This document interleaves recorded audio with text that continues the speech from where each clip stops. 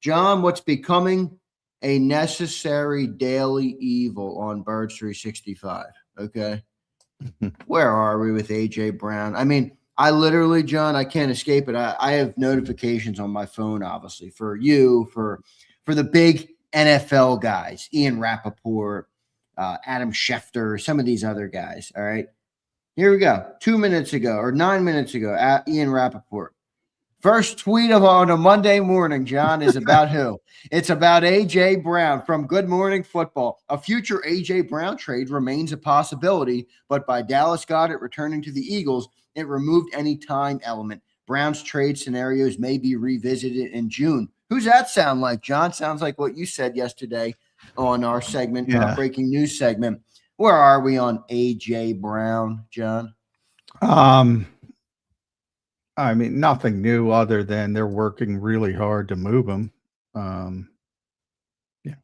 So to the point of those who don't want to believe it, I mean, I don't know what to tell you, except you're going to have a bad day before September 1st somewhere. I can't tell you when, but I don't think he's going to be back. I don't think he wants to be back. And it's what I've been latching on to, the Mike Tomlin quote. People are probably tired of me hearing it, but that's where I think the Eagles are. They don't want hostages. They want volunteers. And, if somebody's that hell bent on leaving, it's better to move on. It's not about who's right, who's wrong. It's not about what's fair, what's not fair. It's about if he's here and if he's not happy and he loses focus again and you run back the same stuff. I think both sides are tired of it. And sometimes everybody's got a shelf life and sometimes you need a reboot and a new start. And I think AJ's at that point. I think the Eagles realize it. John, what's the contingency that the Eagles might have in place? I saw a report come out from Bleeding Green. They just put out that the Eagles were reportedly interested in Darnell Mooney before he signed with the Giants. Now, I'm not saying that that was their plan to replace AJ, but do you think they have a plan to replace AJ, or will it be kind of maybe you look for a pseudo 2-3 guy who can kind of come in there behind Devontae Smith and give you a good, competent player. Maybe obviously not the same caliber as AJ would be, but a player like that. What do you think their contingency might be if AJ is out this summer? Yeah, I think it's Devontae's going to be the one, right? Yeah. And then they're going to supplement from there. And yeah, Mooney was part of that process. And looking at a player who's been a very productive player over his career, more of a wide receiver 3, but he had 1,000-yard season in Chicago. That's why he's in with the Giants, because Matt Nagy was his coach. Had 900, almost 1,000 in Atlanta 2 years ago. Again, high volume quarterback at the time. So that helps. But the guy can produce. And it would have been an upgrade over Jahan Dotson, who ironically went to Atlanta, but a little bit older, obviously. So yeah, I mean, and I expect him to draft a receiver. Talk about tight end, receivers even deeper in this particular class.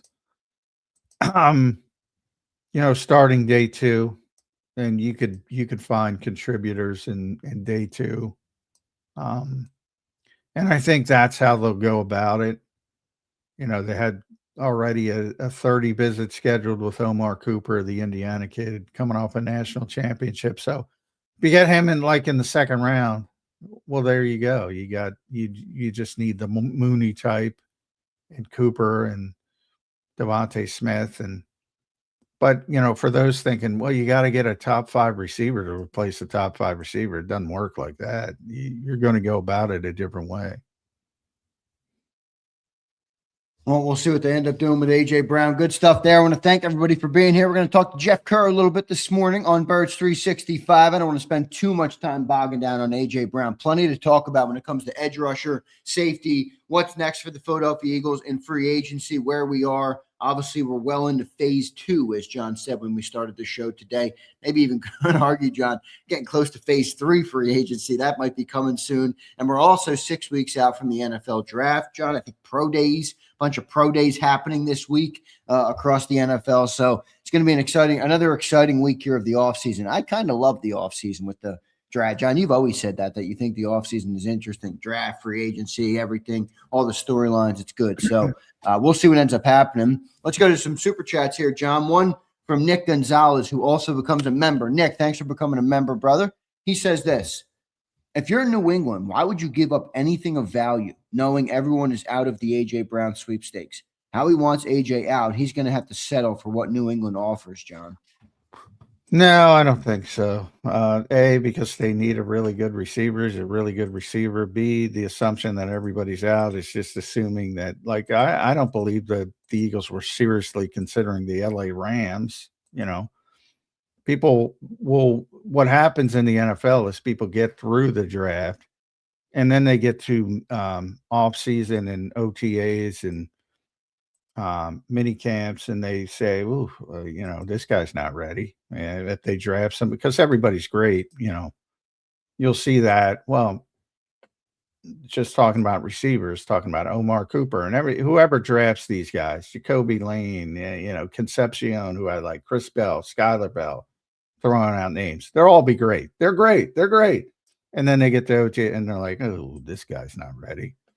And if you're a Super Bowl contender, and also the presumption that, teams like Denver and Baltimore won't get back into it when it's more serious and it's easier for the Eagles to move them because the cap hit after June 1st. They'll they might not get what Howie wants because Howie's always shooting to the moon, but yeah, they won't have to accept what the Patriots do. And if that's the case, Howie is stubborn and he will keep them. Probably won't work, probably be a bad decision, but he is stubborn. He did that with Zach Ertz. We're talking about Dallas Goedert. Dallas was clearly taken over. Zach wasn't happy, was healthy. He wanted out, couldn't get the value he wanted for him, so he kept him into the season, eventually traded him, and that's what's going to happen here. I can't tell you when, but he's eventually going to trade him. But, Howie's not just going to acquiesce and say, "Here, take him." Yeah, no, you can't just do that. That's bad business right there. So we'll see what the Eagles end up doing. John, what's next here in phase 2 for the Eagles? You obviously still have the edge rusher out there. Safety is an area as well. They lost Reed Blankenship last week. They still have Andrew Makuba. Maybe Michael Carter, John, maybe that little move that they made with Michael Carter, bringing him back, could become relevant. What do you think is next here for the Eagles in phase 2 of free agency? Well, they're looking for a receiver, obviously. So, Christian Kirk is out there. That's a player they wanted in the past. Who knows what's left and what they think about that. But I wouldn't be surprised. You're talking about 1-year guys, of course. With the possible edge rusher is the one possible exception of they might make something splashy because they have to do something there. And it's unlikely they're going to get a difference maker with the 23rd pick in the draft, at least early on. Maybe long term you can do that, but I wouldn't bet that early on. So, yeah, they still have to do something on the edge pretty clearly. And what do you think they do at safety? Well, safety, I think they have more wiggle room. They obviously need to bring somebody in. But if you're gonna play Woolen as a 3-down player, that enables you to play Cooper at safety in the base defense, which is only 10% of the time. So not a lot, but you don't need that guy who's on the field and every single play. So maybe you can piecemeal it together. Maybe it's as simple as Marcus Epps and draft grouping the roster and